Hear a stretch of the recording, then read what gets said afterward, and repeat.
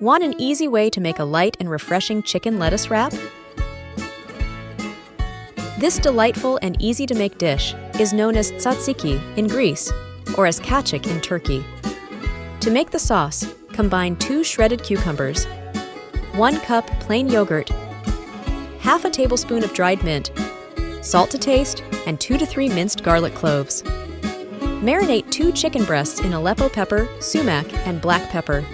Sauté chicken, slice up, and return for browning with a little more of the same seasonings. Wash and dry romaine lettuce leaves. Fill leaves with chicken. Top with yogurt sauce. Serve and enjoy. Perfect! You did it! The FoodRack would love to hear from you. Leave your suggestions in the comment section below. In the meantime, if you want an easy way to make a refreshing avocado salad with cilantro lime dressing, click the video to the right. To get everything on the FoodRack, be sure to hit that subscribe button.